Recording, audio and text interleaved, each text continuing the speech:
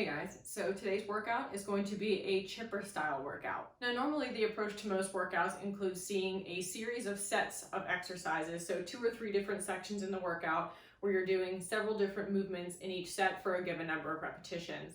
Another common workout style that you'll see a lot is a circuit style workout where you're performing one set of multiple exercises, each done in a smaller amount of repetitions per round, but you're doing multiple rounds, anywhere from 3 to 4 to maybe even 10 rounds of those exercises. Now the difference between those types of workouts and a chipper workout is that in a chipper workout, it's essentially one giant set of exercises. And the number of exercises that you choose to do can vary anywhere from maybe 5 or 6 exercises to 10 and 20 exercises. It's just totally going to depend on the workout and how many different exercises or movements you want to include. Now in this giant set of exercises, each exercise is going to be performed only one time for a larger number of repetitions than you would normally see in other types of workouts. This is going to be a great way to vary your level of fitness by focusing a little bit more on muscular endurance, performing one movement over and over again for a larger number of repetitions than you're used to doing. In a chipper style workout, once you approach one movement and you complete it in its entirety, that movement's done for the rest of the workout, and you're just going to move on to the next movement in the sequence and continue that fashion until the end of the sequence of exercises. So there's really no end to the variety that you can incorporate in terms of the movements that you choose to include,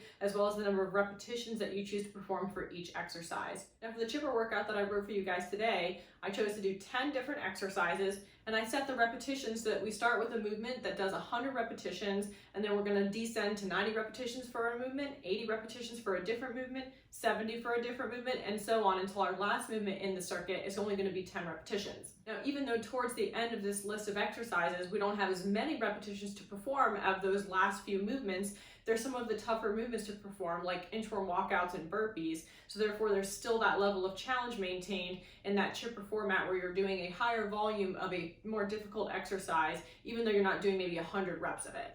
So starting with our first movement, we're going to do 100 jumping jacks to start off this chipper workout. So remember that in a jumping jack, you want to start nice and tall with your feet together, and we're going to rebound off of the feet to jump out away from the body, bringing the legs out to the sides of the body and the arms up overhead. So we're going to rebound off of the ball of the foot and the toes. Make sure the heel should not come back down to the ground in between jumps. So that way you can keep it nice and light on the feet and stay easy on the joints. And you can also modify a jumping jack by performing a step jack, which is going to take the jump or the high impact aspect out of the movement. Next, we've got 90 body weight squats. So showing you from the side, we're going to keep the feet hips width apart. Weight should stay in the heels as we hinge from the hips to drop the butt back and down towards the floor, keeping the chest up and the back straight throughout. Also, you want to make sure you get that nice good hip extension at the top of each squat by contracting and squeezing through the glutes. And you want to keep the core tight as well. Next, we've got step-ups, so you can use a chair if you have one from your dining room. You can also use your couch or the edge of your bed to perform step-ups and create that elevated surface that you'll need. Now for step-ups, you want to start nice and close to the object that you're going to be stepping up on, whether it's a chair, couch, or your bed like I'm using. So to initiate your step-up, you want to pick a leg that you're going to use first. I'm going to use my right.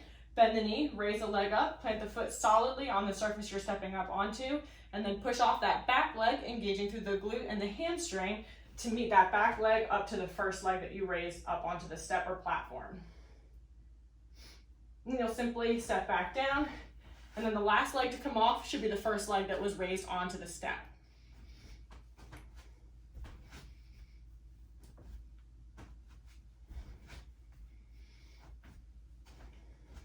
Now in any step up movement, you want to be mindful that you don't allow any external rotation of the hip. So you shouldn't have to swing the hip and knee out around the body to elevate the leg onto the surface that you're stepping up onto. You should be able to bring that leg straight forward up onto the surface and step up. If you find that your hip does tend to compensate for that movement, the surface you're stepping up onto is a little too high, so try to find something at a little bit of a lower elevation. So after those 80 step-ups, we're going to work the legs a little bit more with 70 walking lunge steps. So remember, in a walking lunge step, you want your feet together to start with, nice tall posture. Shoulders are going to stay stacked over the hips throughout so that we're not leaning into and out of each lunge step. We're going to take one leg, step forward, drop the back knee to the floor, and the front knee should come right over the middle of the foot without exceeding the toes. And then step together and into your next lunge.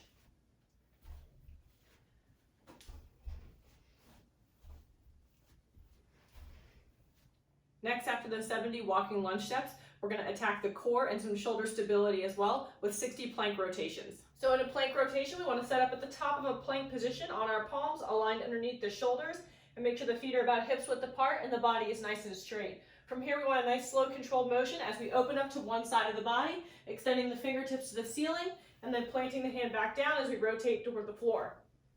And then switch to the other side, and then back toward the floor.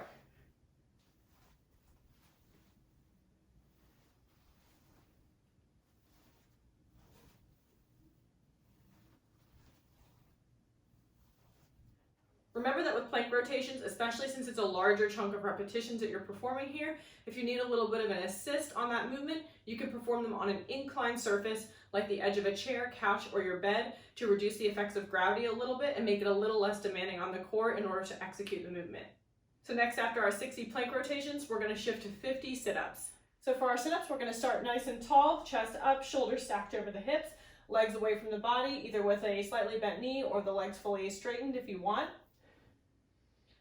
Then we're going to bring the hands across the chest or behind the head. I'm going to do across the chest for mine. And then we're going to lay back until the shoulders and the back of the head hit the floor or the mat if you're using one. Then we're going to sit all the way back up until the upper body is vertical. And then we'll repeat for 50 repetitions.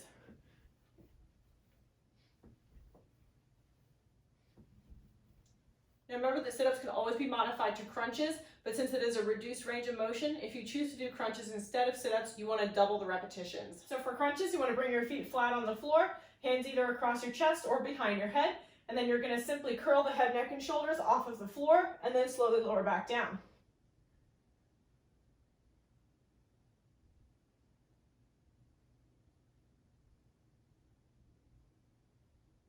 Remember, anytime that you're doing sit-ups or even crunches, you always want to keep your arms close to your body, whether it's across your chest or behind your head, so that you're not throwing them forward to utilize momentum in order to perform the sit-up or the crunch. So next, after our 50 sit-ups, we're going back to upper body again, doing 40 hand release push-ups. So remember, for the hand release push-up movement, we want to come to the top of a plank or push-up position, palms aligned under the shoulders again, just like we did for our plank rotation exercise. And again, the body should be nice and straight with the core engaged. From here, we're going to bend at the elbow to lower the body to the ground, let go of the hands, so that way we're releasing the hands off the floor. Then we're going to push back into the ground to re-engage the chest and arms and push back up to our fully extended position. And then we'll repeat.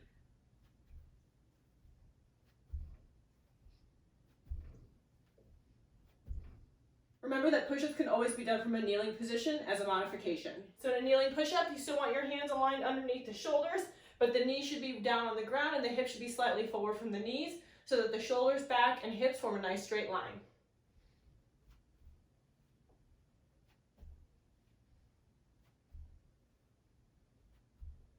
So next, after our 40 hand release push-ups, we're moving to 30 burpees. Now, even though we're starting to see some smaller numbers show up in our chipper workout, because it's 30 burpees that we're doing, it's going to feel just as intense as those 90 body weight squats we did earlier. So remember that our burpee is a nice full body movement, integrating a lot of muscles working together to perform the movement. It's explosive and it's going to get the heart rate up, incorporating a nice cardiovascular component as well. So for our burpee, we're going to hinge from the hips, plant the hands to the ground, jump the feet back, drop the body to the floor, push back up, jump the feet in towards the hands, and then come up, jump up overhead, reaching the arms up and extending through the hips by contracting through the glutes.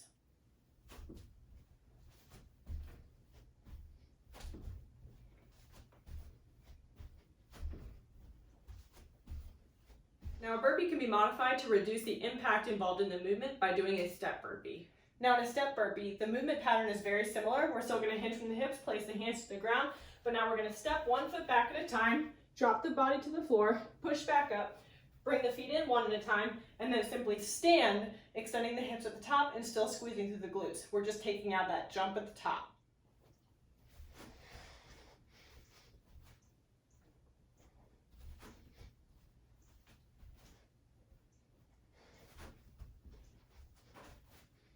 So next, after our 30 burpees, we're going to hit the upper body, in particular the triceps and the back side of the arm, as well as the core, by doing 20 tricep dips. And with a tricep dip, just like with those step-ups earlier, you can use the couch, the edge of your bed, or maybe a chair from your dining room table if you have one. So for tricep dips, if you're using the edge of your couch or bed like I am, you're going to place your hands just on the outer edge of the bed itself, and that's going to give you a prop. You're going to bring your feet flat on the floor, out away from the bed a little bit to give you some room.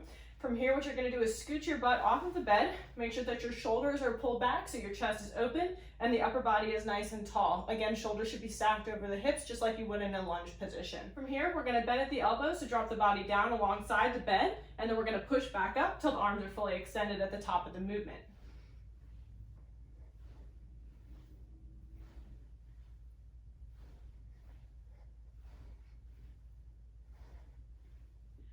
Finally, we've got 10 inchworm walkouts with a push-up. So again, 10 might seem like a really low number in the perspective of doing a chipper style workout, but because it's such a highly integrated movement, full body movement focusing on core, upper body stability, flexibility through the backside of the legs, through the hamstrings in particular, and we're also incorporating a push-up element, it's going to be a pretty tough exercise, so doing 10 in a row is still going to pose quite a challenge. So for our inchworm walkout, similar to a burpee, we're going to start by hinging from the hips to bring the hands to the floor, and then we're going to walk the hands out till the body arrives in a plank position so that the hands should be aligned underneath the shoulders, feet should be about hips width apart, and the body, most importantly, should be nice and straight.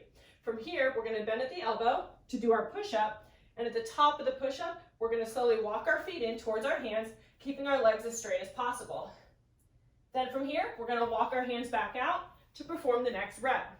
So that covers all 10 exercises and the repetitions involved in today's chipper workout. Remember, the goal here is to try to chip away at these movements as quickly as possible, moving from one exercise to the next in succession while taking as little break as possible and really trying to push the intensity through all these movements, even though you're performing a really good block of repetitions of each movement. Now remember that one of the benefits of doing a high repetition based workout like this is that you get a lot of practice doing a wide variety of different movements, which will expose to you some of the different strengths and weaknesses you might have. It'll also get you some practice with different types of movements so that you can better perfect your body mechanics and your form within different types of movements as well. It'll also just give you a great test to your fitness and particularly your muscular endurance.